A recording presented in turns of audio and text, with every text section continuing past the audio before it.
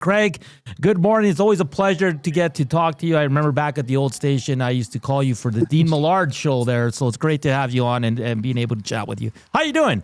Yeah, I'm great here, Dan. Thank you very much, Joaquin. Nice to see you. But I got to say a couple of things. Listen, I mean, Dustin and Eric. They plan a flight out on the morning of the gold medal game. Like, give me a break. And now you're telling me they need a day to recover? Like, are these guys like, not like, we've heard of Dumb and Dumber. They're dumb and softer. Well,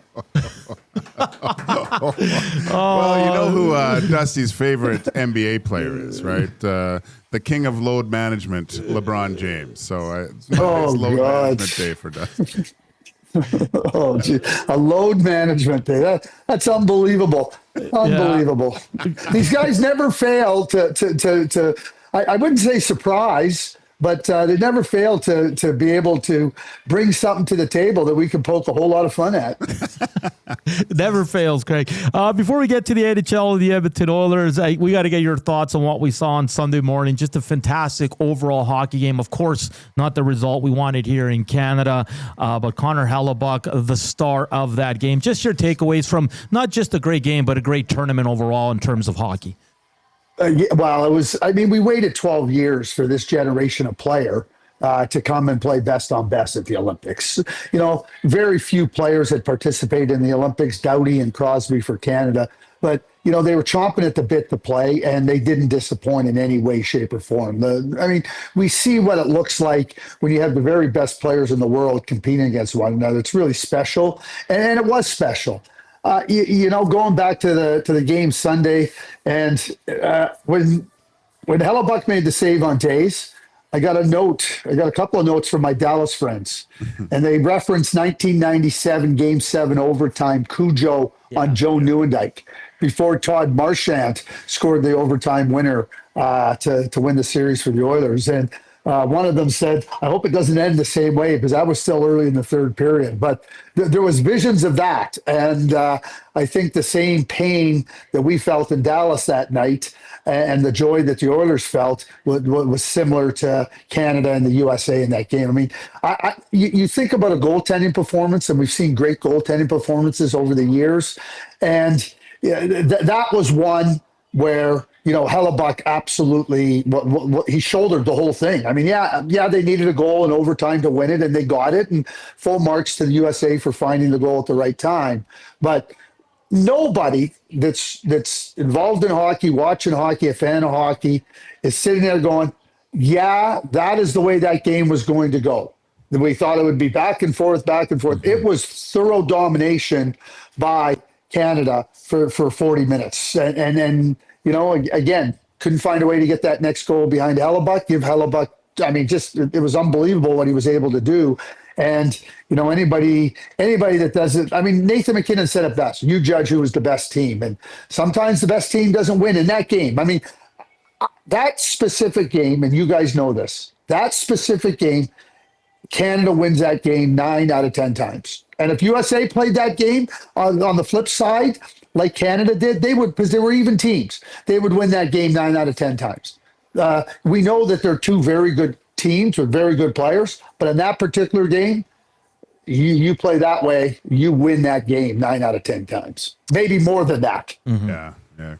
Craig, we were talking earlier, and on the whole Hellebuyck thing, it's different to say that the only player usually on the ice that can outperform Connor McDavid has to be the goalie of the other team. That's the only, because it's almost impossible to duplicate. But we've also been talking, obviously the discussion now comes up about, and look, I don't agree with it, but can Connor win the big one? And you look at the last 3 years, there's a lot of heartache for this player. What are your views on how Connor kind of digests the loss of the gold medal and moves forward now? I love the way you frame that, Joaquin, because it's like, how do you digest that and deal with the disappointment? I think I watched Steve Yzerman do it for years. I watched Steve Yzerman fall short in the Stanley Cup playoffs time and time again, and he was questioned time and time again. Alexander Ovechkin was questioned. And it seems to be one of those things that always comes up. To me, it's ridiculous. Connor McDavid is a winner through and through and through. I know so many players, and this is not a knock, you intersected with winning. Trust me, doesn't make you any more of a winner. And somebody that hasn't won doesn't make you any less of a winner. You tell me Jerome McGinley is not a winner because he didn't win a Stanley Cup? Give me a break. Bob Gainey said this. I've referenced this a number of times, and I'll never forget it. He said, if you play with an unwavering commitment, with a competitive fire, with a spirit that's unselfish to contribute to the team, then you have a winning mindset, and you will intersect with winning.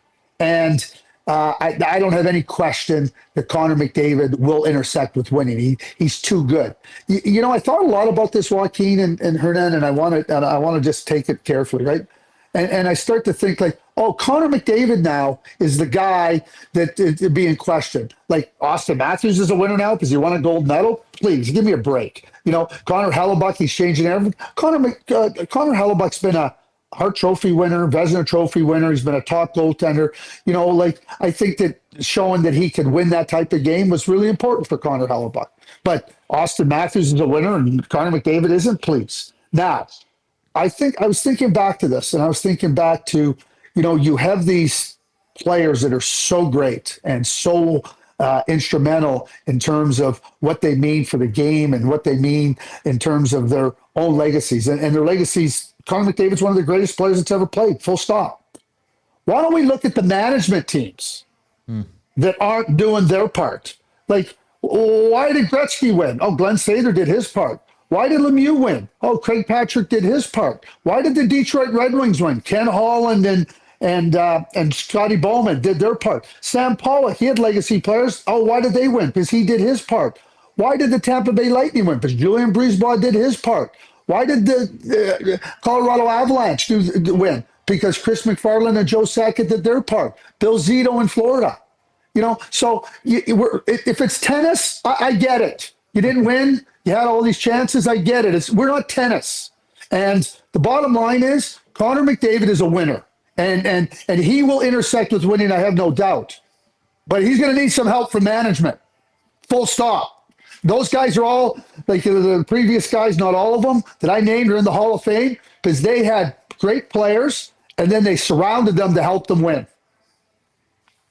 Craig Button from TSN joining us here on the Nielsen Show. Joaquin Gage, Hernan Salas. Craig, listen, Paul Coffey's back with this team. A lot of reports out there that there's some mending had to be done between Chris Knoblauch and Paul Coffey because the Edmonton Oilers this year have been very bad defensively. So I want to ask you, Craig, you've been around this game for many, many, many years. This Edmonton Oilers team, we know they can defend. We've seen it. We've seen it in the playoffs. We've seen it during the regular season. What are you seeing this year from the Edmonton Oilers? Because the defensive game is almost non-existent for the whole group. Yeah, well, I mean, number one, you had Matthias Ekholm coming back from a pretty significant injury. So in the offseason, you're rehabbing, right? You're not preparing for the season and getting yourself conditioned. You're rehabbing. I think Matthias has found his level of play. I think that affected Evan Bouchard. Jake Wallman was hurt for a large stretch of the season, and he's rehabbing. Now he gets back. So I think that you have some issues that are out of the control of those players specifically and of the coaching. And I also feel that the Edmonton Oilers in their forward group aren't deep enough. I think that the bottom part of that forward group gets overwhelmed. So you put more pressure on your defense. They're not able to help it out. And I think that's another reason that we see Chris Knoblauch a lot of times have to go to the nuclear option, we'll call it, and because you're behind in a game and you got to find a way to get back in the game because you fell behind in the game. And it's because they're not strong enough. Now, like we know that if you can add some players, that would help. Here's where I think Paul Coffey can really make a big, important contribution. And I think what he showed, when things are moving along really well, players they need a little pat on the back, way to go, nice play. When the proverbial crap is hitting the fan, that's when players need instruction. They need calming down. They need a plan. Hey, just settle in. And I think players, for the vast majority of cases, they try to do more instead of trying to do less. Sometimes you got to just it's like a wild horse, just pull them back a little bit. Hey, we're going to play this way, get settled in. I think Paul had an unbelievable feel for doing that in game. because we're talking about in game here. And you can draw it up all you want and say, here's how we're going to do it. But the game starts, teams start to push you. They start to look for what I call the soft underbelly. And then all of a sudden, you got to figure out how you're going to adjust. I think Paul showed that. I think it'll be really helpful. Again, it's like anything. There's going to be friction when it's a long season between people that are in close proximity with one another for a long period of time.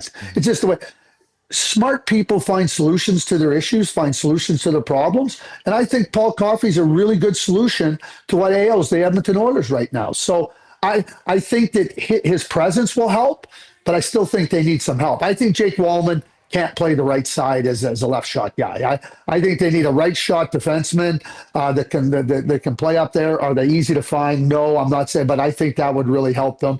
I think a third line center. And guess what? I'm just joining the masses that see it the same way. And I think Stan and his group see it that way too.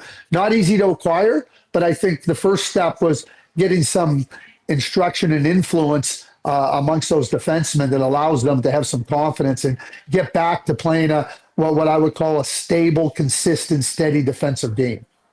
Well, Craig, who's under the most pressure for the Edmonton Oilers with this last 24 games? Is it the coaching staff now that Coffey's back in to turn it around a little bit more on the players, or is the next 2 weeks the most important 2 weeks for this management core to do, like you said, is to try to find some help for these two-star players to have success? I think you nailed it, Joaquin. I mean, okay, so we can split it up. We take a pie, right? So coaching gets a little bit of the pie. Players get a little bit of the pie. Paul Coffey improving get a little bit of the pie. The big part of the pie, right on management. I just talked about it. What do you got to do to surround these players? You have two of the greatest players playing the game right now. Two of the greatest players, and there's some support around them. Hyman and Nugent Hopkins. Podkolzin's been a good player, but they need more. They don't have enough, and they don't have enough in important areas. To me, it's all on management. We go back to the beginning of the year. What's Connor going to do? Is he going to sign a contract? What's he going to do? How's he going to do it? What everything? Connor's done his part. He's done it on the ice. He's done it off the ice. Leon's done it on the ice. This is, to me, the big part of the pie is on management. This is their moment to step up. And this isn't about the future. This is about right now, because their future is now, next year, and the year after. And damn the torpedoes, because that's where they find themselves. It'd be an absolute waste, an absolute full-blown waste if management does not find a way to strengthen this team. Craig, one last one for you. We were talking earlier about some teams on the outside looking in, specifically the Florida Panthers. 8 points out here, still without Barkov. They had a ton of players down at the Olympics. Craig, do you think they can pull this off, or it's a little too late? I think it's a little too late. I think with 4 or 5 games prior to the Olympics, I thought there was a chance. They've showed some good signs and everything. I don't think they're. I think they're out. I think Winnipeg's out, and I think they have to. Winnipeg's different than I think Toronto's out. Recognize your reality and act accordingly. And I think that Florida's had a great run, 3 straight years in the Stanley Cup final, and obviously you mentioned a Barkov off, some injuries. Some players that have just participated in the Olympics that have a little bit of fatigue. Not the same fatigue as Dustin and Eric, but fatigue nonetheless. But I think that I don't think they're going to make it, and I think they have to act, and that's disappointing. I know it is, but sometimes things work against you, and I think that's the case for the Florida Panthers this season. Craig, great stuff. Love the fire on this Tuesday morning. It was a pleasure to be able to chat with you. The boys will be back next week to interview you. But all the best, Craig. Enjoy the rest of the NHL season. I might need Tuesday off. I might need a little bit of a. Don't you have some mountaineering to go do, Craig? Don't you get Did you watch any of that ski mountaineering? My last year I played in Italy, and a few guys on my team did that for a joke. I was like, that is a complete joke. That's the most macho thing I've ever seen in my life.